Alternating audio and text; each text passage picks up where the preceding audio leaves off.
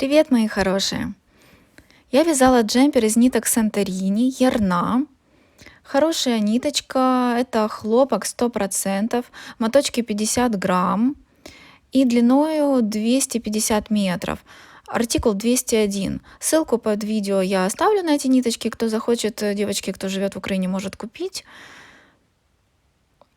Вот, ниточка, ну, неплохая. Свитер и не очень тяжелый, и не очень легкий получился. 285 грамм он. Вязала я на корпус на 2,5, на спицах 2,5, резинка и горловина на двойке. Так, по поводу модели свитера. Вот он имеет такие замечательные кармашки, лекальную форму по переду, укороченными рядами связано так вперед. Также есть замечательные погончики с вот такими перетяжечками. Ну, наверное, тут вся суть вот в этих погончиках. Вязала все детали я отдельно, вшивала рукава. Рукава как бы узкие вначале идут, но на расширение. Также свитер тоже, он имеет трапециевидную форму и вот так вот расширяется. Вот по бокам видны прибавки, если вы внимательно посмотрите. Я их начинала вязать уже от резинки, поэтому он как бы такой кверху расширяется. Значит, что вы будете иметь? Вы получите вот такие схемы. Во-первых, у вас будет схема кармашка вот этого. Вот она, то есть где делать вот эти перетяжечки, каждые 4 ряда будет показана вот эта схема. Также у вас будет схема погона, тоже раппорт будет указан, каждые 4 ряда мы делаем вот эти зажимчики, перетяжечки, перекруточки, не знаю, как их назвать. Вот, по схеме будете смотреть, где их делать, вот таким образом. И дальше видео я показываю, как это делать, поэтому оставайтесь со мной, смотрите дальше видео. Плюс в схеме у вас будет как вязать вот этот укороченный период укороченными рядами. Будет указано количество петель, сколько нужно делать, сколько раз надо повернуть. Да, указано количество петель и сколько вам надо разделить, чтобы сделать рисунок на кармашке. Также есть маленький нюанс, где начинать кармашек. Вот с этой точки, когда вы закончите укороченные ряды, вот у вас начинается именно вот эта схема кармана. Вот эти первые 4 ряда как раз начинаются после вот этой самой высокой точки, где вы закончили вязать все укороченные ряды. Будьте внимательны. Также у вас будет схема переда и спинки, именно как формируется плечо и горловина. Ну и самое главное, у вас будет самая основная схема с общими размерами, как на русском языке, схема свитера и схема свитера на английском языке. Естественно, я делаю это для иностранных своих подписчиков, кто смотрит на других языках, так как я делаю субтитры на разные языки. Давайте пройдемся по схеме. Смотрите. Вы набираете 132 петли и вяжете резиночку 2 на 1. Да, и дальше формируете укороченными рядами эту форму. Также есть кармашки, вяжете по схеме кармашки. Вот. Не забываем, что все размеры даны на размер S-очку. Вот, кармашки я закрывала обычно изнаночными петлями, ничего такого сложного. И не забываем, что у вас отдельно должны быть уже связаны карманы внутренние, которые вы потом подсоединяете уже на общее вязание. Набирала я их отдельно на дополнительную нить, которую потом распустила и пришила трикотажным швом, за счет чего появился такой очень эластичный край. Здесь я сшивала уже матрасным швом, поэтому тут тоже ничего не видно.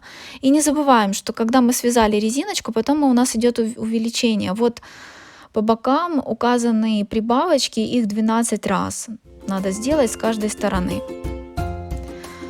И у меня случилась такая проблема, у меня перекрутилось полотно, поэтому не переживайте, если ваше полотно перекрутилось тоже, когда вы его постираете и выложите присушки горизонтально на полотенце, боковые швы выпрямятся. Ну или есть другой способ, вы можете чередовать каждые 2 ряда, классический способ и восточный способ. Что это такое? Смотрите, я вяжу обычными бабушкиным методом. Да, у меня обычные бабушкины петли, я сейчас их показываю. Кто вяжет классическими петлями, пожалуйста. Мы захватываем нить как бы сверху, получается. А восточный метод — это когда мы захватываем нить вот так вот снизу, подхватываем. Делайте один лицевой ряд привычным вам способом, а следующий лицевой ряд в следующем, ну, через ряд в поворотном вязании делайте восточным. Тогда ваше полотно не перекрутится. По поводу рукава. Аналогичная ситуация, мы обязательно делаем прибавки, но только отступите 2 петли обязательно с края плюс кромочная, и потом уже делаете прибавку, чтобы получился аккуратный краешек. Шивала я рукав тоже матрасным швом. И еще маленький нюанс: по переду у нас всегда перед немножко короче, а зад немножечко больше. Давайте я вам покажу, что я имею в виду. Вот по пройме это видно. Вот смотрите, высота проймы спереди, она чуть короче, а спинка, она чуть выше. Потому что есть маленький кусочек, там я где-то 10 рядов, я вязала больше, я дала на росток. Вы можете дать на росток больше, это уже на ваше усмотрение. Также перепроверьте длину рукава, я указала 46 сантиметров, и смотрите на свой рост. Все размеры указаны, как вязать погончик, мы сейчас поговорим об этом подробней. И также на горловину я вышла 174 петли, и я вязала ложную кетлевку, я делала. Поэтому, возможно, это многовато будет для вас. Закройте петли и сделайте настоящую кетлевку, потому что мне пришлось менять спицы несколько раз, чтобы вот так вот горловина сужалась. И закрывала я петлю в петлю, чтобы очень туго было закрытие, чтобы не растянулась горловина. Закрывала я крючком, сейчас я покажу, как это делается. Первую петлю я просто зафиксировала, и нить уже потом, она мне не нужна была, мы ее потом спрячем в вязании. И дальше я снимаю крючком и протягиваю эту петлю в предыдущую. Не забываем, что крючок мы берем самый маленький. Как самый маленький? Мы берем, если мы вязали горловину на двойке, то крючок у нас 1,5. Вот таким образом предыдущую петлю, следующую петлю мы протягиваем в предыдущую. Берем опять следующую петлю и протягиваем ее в предыдущую. И опять протягиваем. И таким образом делаем все по кругу и последнюю петлю фиксируем. И у нас получается вот такая косичка красивая. Закрытие мы делаем с изнаночной стороны. По поводу ложной кетлевки и по поводу горизонтального ряда. Позже в видео также я показываю, как это делается, поэтому оставайтесь со мной.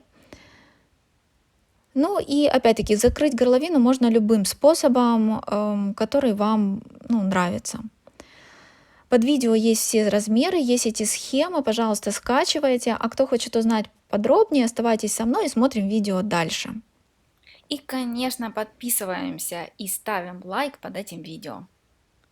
В этом видео мы узнаем, как вязать укороченные ряды без дырочек, что делать, если у вас не идеальная резинка, как вязать рисунок на погоне и кармане,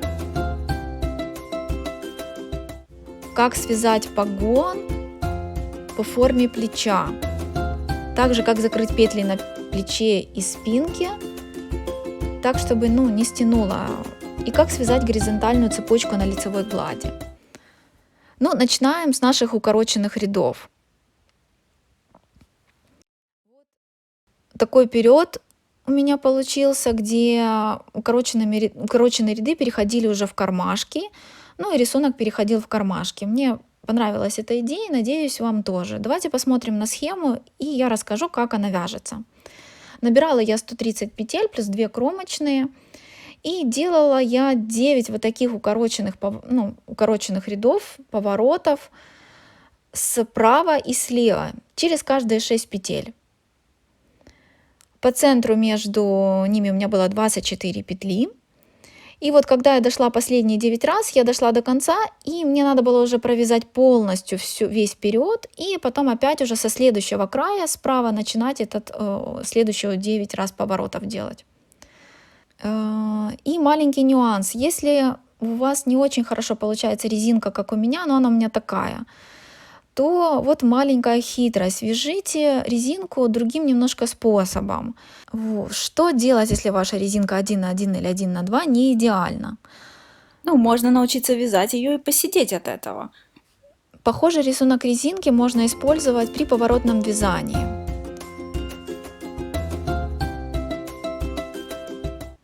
В изнаночном ряду изнаночную петлю снимайте с протяжкой перед петлей.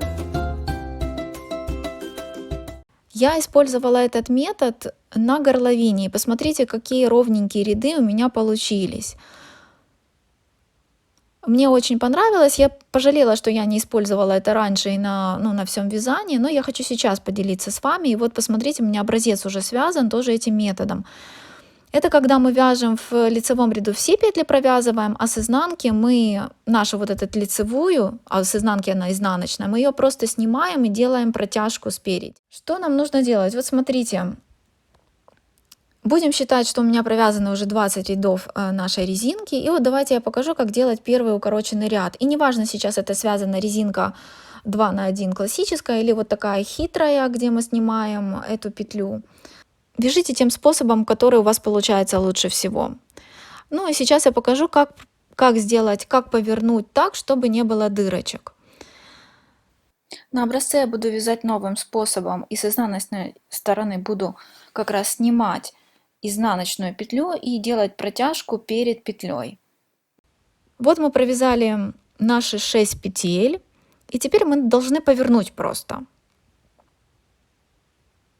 Мы повернули, вот эту петлю мы переснимаем на правую спицу, и теперь мы вот нить за спицу и перетягиваем ее так, чтобы у нас две ножки оказались на этой спице. И дальше это лицевой ряд, мы провязываем абсолютно все петли так, как мы их видим, лицевые лицевыми, изнаночными изнаночными.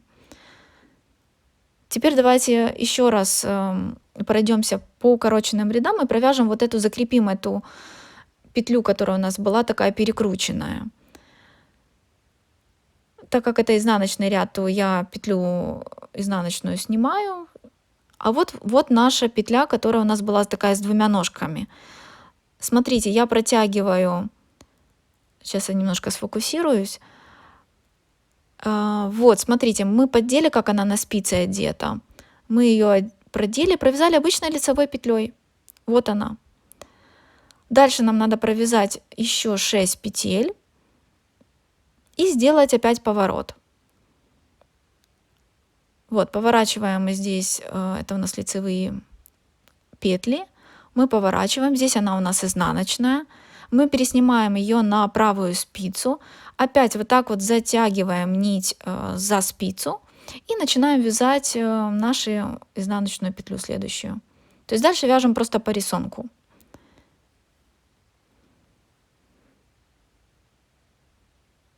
Таким образом, вы избежите дырочек в укороченных рядах, если будете вот так вот подтягивать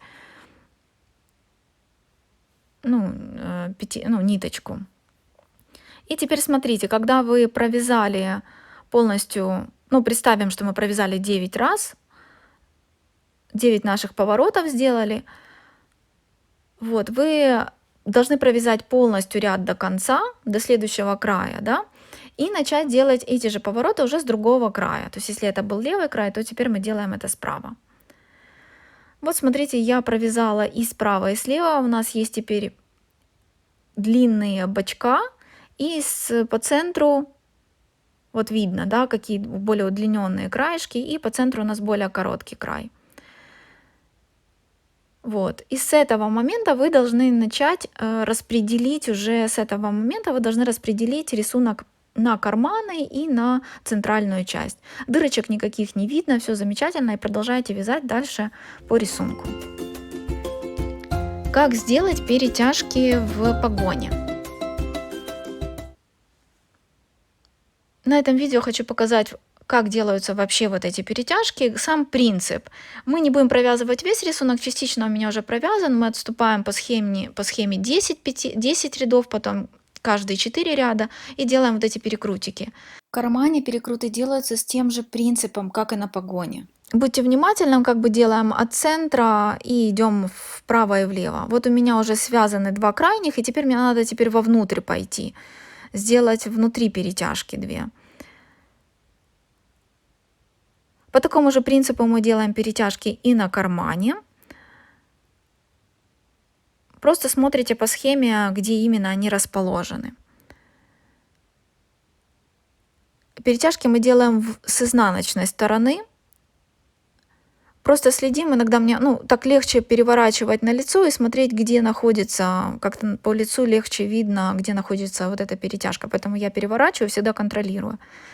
Когда мы провязали эти 4 петли, нам надо их снять на левую спицу. Если они не снялись все сразу, не переживайте, снимите по одной, и нить у нас должна быть перекручена потом. Давайте еще раз покажу. Опять переснимаем их назад, нить вот так захлестом закручиваем. Но мы их как бы обматываем или обвязываем той ниткой, которая у нас есть. Надо сделать несколько раз. По толщине нити я делала 4 раза. Мне подходило 4 раза таких захватов. Но если у вас нить тонкая, сделайте 5 или 6. Если более толстая, сделайте всего лишь 3 раза. Или даже 2. Вот, я сделала 4 раза. И теперь нам надо дальше идти по рисунку, дальше вязать нашу схему. Давайте я еще на одном зажиме покажу, как это, перетяжки. Вот эти 4 петли. Нить у нас остается сзади вязания. Возвращаем 4 петли на левую спицу, закрутили ниткой и опять передели на правую спицу. Теперь нить подправили, отправили за вязание, за полотно, опять одели на левую спицу. Нить вперед обмотали и одели на правую спицу. И так повторяем. Опять одеваем 4 петли назад на другую спицу, а нитку обматываем нитью. И последний раз, вот 4. Вот вроде неплохо получилось уже. И теперь нам надо довязать это до конца, и я покажу, как с лицевой стороны мы провязываем эти петли.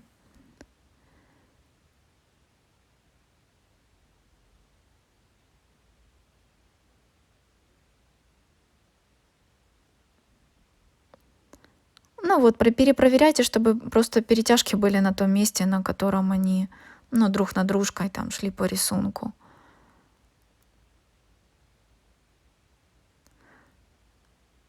Идем по нашему рисунку. Лицевая, 2 изнаночные. Это наш рисунок резинки. И вот тут очень осторожно, тут не очень удобно из-за того, что они перетянулись. Но мы должны повторить наш рисунок. Мы должны сейчас провязать лицевую, потом 2 изнаночные, и потом опять лицевую. Нитка это немножко слоится, поэтому мне неудобно, но в целом, думаю, у вас получится лучше, чем у меня. Вот, дальше вяжем 2 изнаночные наши, и опять у нас наши 4 петли в нашей перетяжке. Опять первая лицевая, 2 изнаночные, и опять лицевая. И так до конца. Давайте покажу, что получилось у меня в конце. Здесь есть маленький нюанс. Иногда бывает, оно затягивается очень сильно. Не страшно, просто подтяните, немножко подровняйте. Все эти перетяжечки выправятся при стирке. Поэтому можете немножко подправить их просто спицей.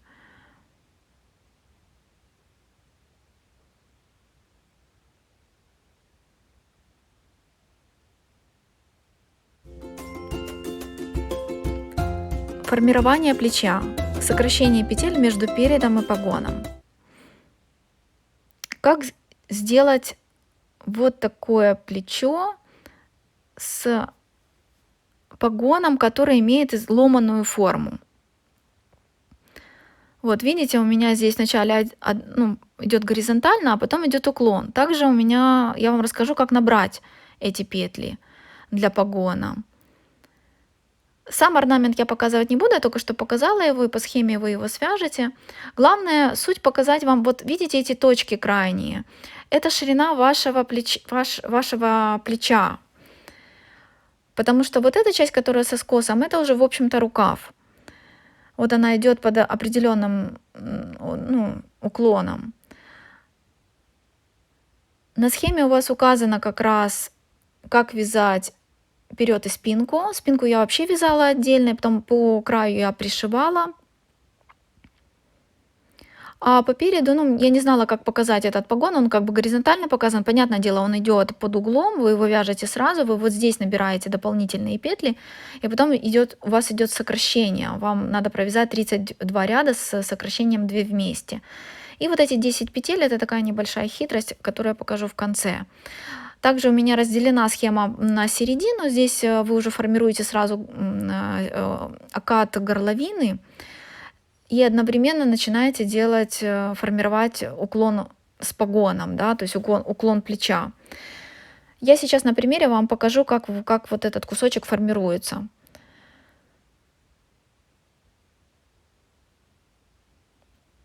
У меня связан образец небольшой, будем считать, что это вот как раз мой период. Вам понадобится крючок, причем крючок вам понадобится для набора вот этих дополнительных петель, которые идут на погон. В данном случае это 21 петля и 1 кромочная. Вы берете крючок такого же размера, как и спицы, можно немножечко меньше, но не больше. И вот такими движениями вы просто на спицу начинаете дополнительно набирать вот эти петли. Я наберу произвольное количество петель и не буду сейчас углубляться в рисунок, показывать, как вяжется рисунок. Я только покажу сам принцип, как сокращать и формировать вот такой угол плеча. Представим себе, что мы набрали наших 22 петли. Что мы делаем с последней петлей? Последнюю петлю мы просто накидываем на спицу.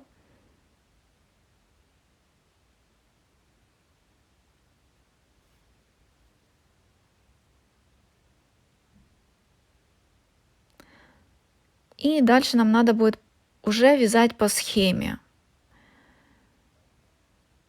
Первую петлю я снимаю, потому что она идет у меня кромочная. И дальше я начинаю вязать с двух изнаночных петель.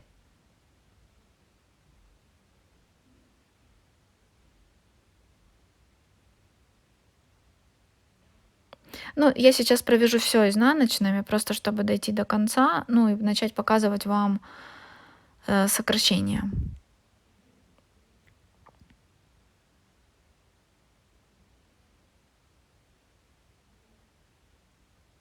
И вот тут уже первая петля, которая у нас набрана, мы ее уже, она у нас тут последняя в погоне, мы ее сразу должны провязать 2 вместе. И это будет первая петля, которую мы сократили. А дальше мы вяжем лицевыми наше полотно, наш вперед до горловины, а если быть точнее, до середины горловины, не доходя 10 петель. Вот здесь будем считать, что это середина, мне надо не дойти до 10 петель до середины.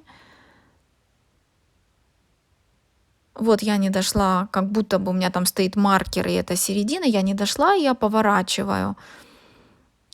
Эти 10 петель мне не провязаны, и теперь мне надо пойти назад.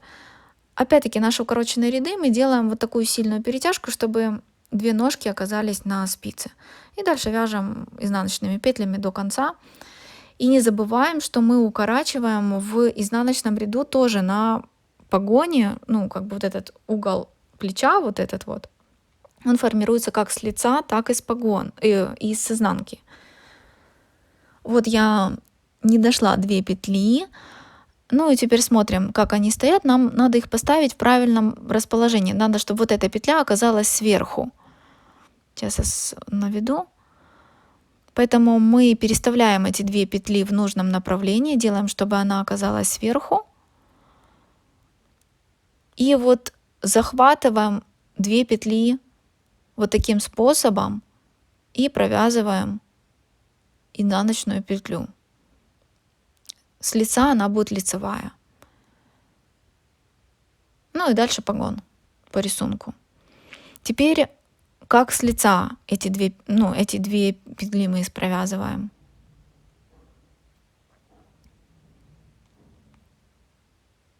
Ну, здесь они стоят правильно, поэтому мы просто их провязываем вместе, подтягиваем, ну и дальше вяжем по рисунку.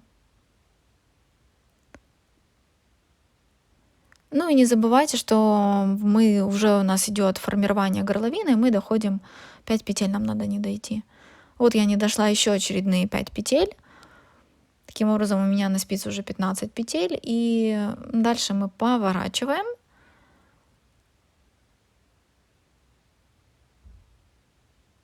Перетягиваем вот таким способом. Опять 2 ножки у нас на спице и начинаем идти назад. Давайте еще раз покажу, как эти 2 петли надо провязать. Не забываем, что нам надо, чтобы вот эта лицевая петелька была сверху, чтобы такая косичка образовывалась. Поэтому они у нас стоят в неправильном положении, поэтому нам надо их переставить. Мы их снимаем, и 2 эти петельки мы переставляем. Ну и подхватываем вот так вот сзади эту нить и провязываем вместе. Я вяжу бабушкиным способом, поэтому мне приходится переставлять. Если вы будете вязать классическими петлями, у вас немножко по-другому будет.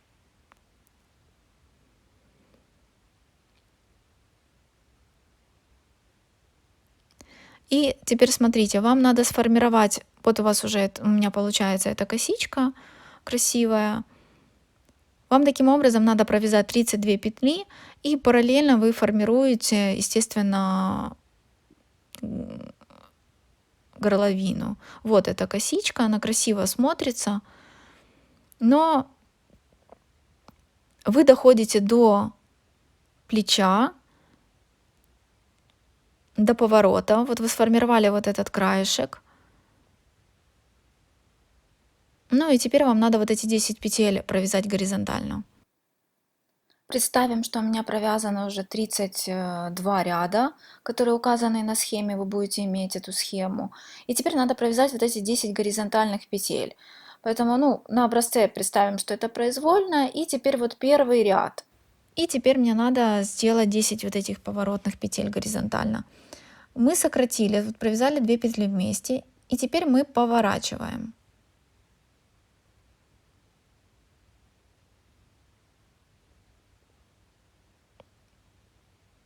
Опять по переду, по лицевой части.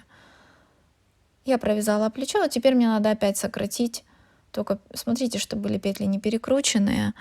Опять я провязала 2 петли вместе, теперь мне надо повернуть и провязать плечо. Здесь мы ничего не перекручиваем, мы никак петлю эту не затягиваем, как в укороченных рядах. Мы просто ее снимаем и дальше вяжем обычное плечо. Не плечо, а погон.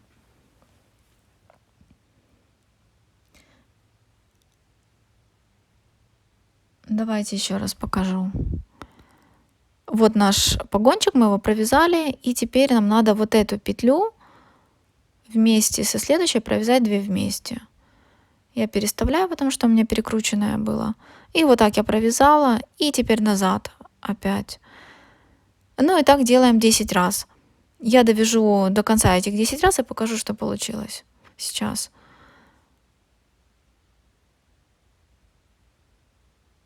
Вот получился у меня такой погончик, четко сформированное плечо и уклон на рукав. Такая интересная форма, я ее очень люблю, когда четко показывается, где есть плечо. Как закрыть петли в спинке так, чтобы они не стянули плечевой шов. Так как я вязала спинку отдельно, мне пришлось сшивать вот здесь вот. У вас указано на схеме, сколько петель тоже вязать, но это тоже те же 32 ряда. Но все-таки стоит вопрос, как сделать, чтобы этот шов был эластичный и не стянулось вязание. Есть небольшая хитрость, так как вы вяжете, обязательно у вас есть кромочная петля, и сокращение вы делаете в следующей петле. Вы не переживайте, что кромочная может быть не очень красивая, вот она у меня тоже не ахти, но так как она потом будет прятаться, сшиваться матрасным швом, вы будете сшивать это плечевое изделие, погон вместе со спинкой, то ничего не будет видно. Будет вот красивая такая цепочка по плечу. Но чтобы она не тянула, вам надо первую петлю провязать 2 раза. Вот вы кромочную не просто сняли, вы ее провязали, потом одели опять назад на левую спицу и еще раз провязали. А потом только провязываете 2 петли вместе. Ну и вяжете дальше рисунок там, как по схеме.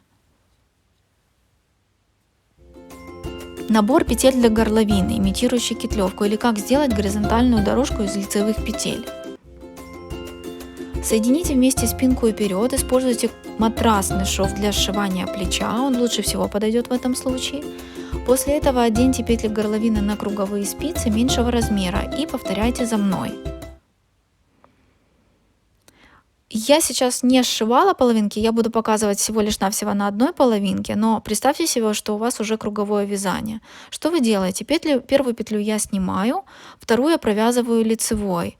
И дальше вам надо ту петлю, которую вы сняли, одеть назад на спицу. Как бы поменять их местами. Немножко сложно у меня слоится нитка. Когда вы поменяли местами, вы опять эту петлю еще раз провязываете лицевой. Следующую опять провязали лицевой, а предыдущую вам надо вернуть на левую спицу. То есть поменять как бы местами их. Аккуратно снимаем и вот так переодеваем. И теперь ту петлю, которая у вас одета на левой спице, вам опять нужно провязать лицевой. Следующую опять провязываем лицевой, а предыдущую опять одеваем на левую спицу. Переодеваем и вторично провязываем эту петлю, которая у нас на левой спице. Таким образом у нас формируется горизонтальная цепочка. Давайте еще раз покажу. Вот мы ее одели на левую спицу, провязали. Еще раз провязали следующую петлю и возвращаем предыдущую на левую спицу. И ее вторично провязываем. У нас получается вот такая горизонтальная дорожка, и при этом мы встречаем, нам же надо провязать наши укороченные поворотные петли, там где мы перетягивали их так. Ничего такого страшного, надо просто очень хорошо подтягивать их, и мы вяжем тем же способом. Мы продолжаем вязать нашу цепочку, предыдущую одеваем опять на левую спицу, и вот наша перетянутая петля. Мы ее продеваем аккуратно между ножками, вяжем лицевую и таким же образом продолжаем вязать косичку. То есть какого-то особого способа провязать эту петлю нет. Просто будьте внимательны, чтобы вы одели, воткнули спицу в нужное место. Вот, дырочки не видны, но будьте внимательны, что вы обязательно должны вязать на меньших спицах вот этот горизонтальный ряд. Для того, чтобы вы перешли на ложную кетлевку, вам надо обязательно уже вот в этом ряду переходить на спицы меньшего диаметра, меньшего размера. У меня это 2 была. Вот смотрите, я довязала до конца, и здесь, там, где идут вот эти вот наши укороченные поворотные ряды, ничего не видно.